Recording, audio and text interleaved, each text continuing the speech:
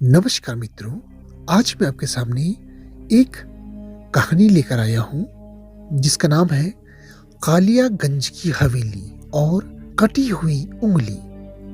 राजस्थान के रेतीले इलाकों के बीच कालियागंज नाम का एक छोटा सा गांव था।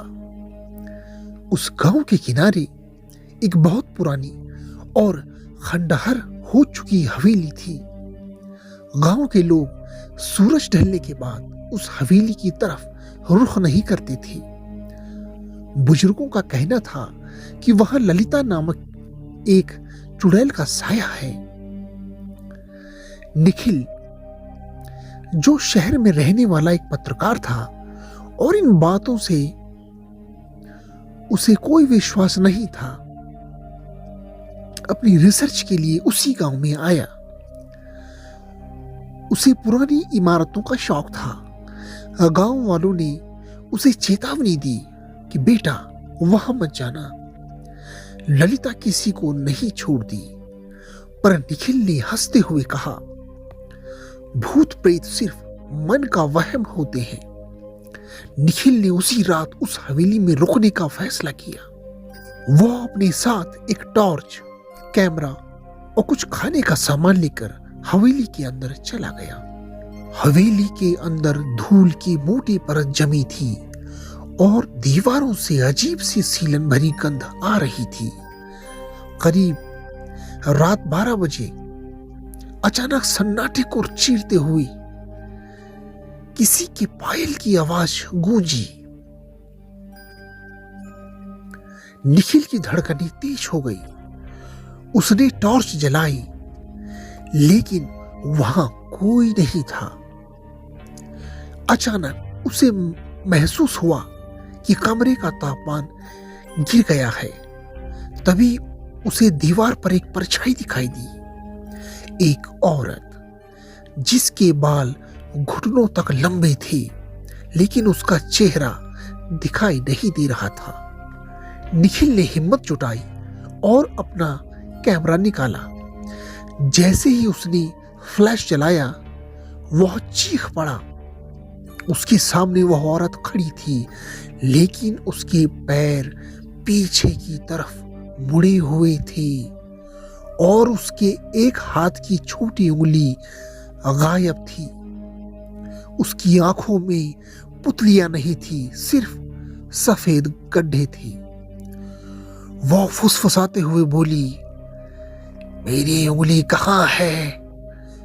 तुम मेरी उंगली लाए हो?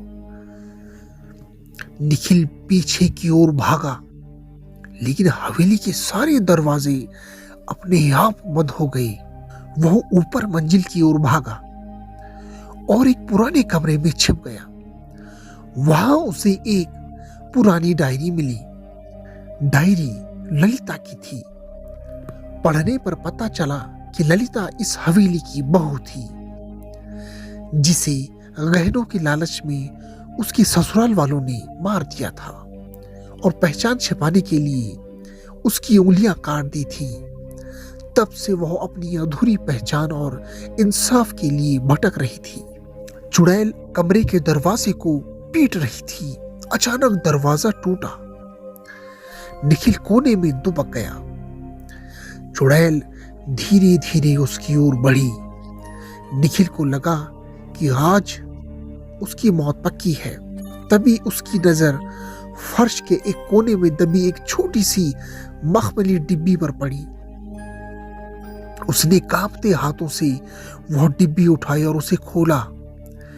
अंदर एक सोने की अंगूठी के साथ सूखी हुई इंसानी उंगली का हिस्सा था।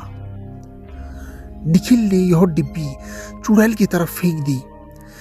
जैसे ही चुड़ैल ने अपनी वह उंगली देखी, उसकी भयानक चीख से पूरी हवेली हिल गई। वह चीख दर्द की नहीं, बल्कि एक अजीब सी शांति की थी। देखते ही देखते वह आकृति धुएं में बदल गई और हवेली के दरवाजे खुल गए। अगली सुबह गांव वालों ने निखिल को हवेली के बाहर बेहोश पाया। जब उसे होश आया तो उसने सब कुछ बताया। अब उस हवेली से पायल की आवाजें नहीं आती थी, लेकिन निखिल के हाथ पर एक काला निशान हमेशा के लिए रह गया, जैसे किसी ने उसे बहुत जोर से पकड़ा हो। इस कहानी से हमें यह सीख मिलती है कि कुछ कहानियों के पीछे सिर्फ डर नहीं, बल्कि एक अधूरा अतीत छिपा होता है। क्या आपको यह कहानी डरावनी लगी? अगर आपको यह कहानी अच्छी लगी होगी तो हमारे चैनल को लाइक, सब्सक्राइब और कमेंट जरूर कीजिएगा। जय हिंद, जय भारत।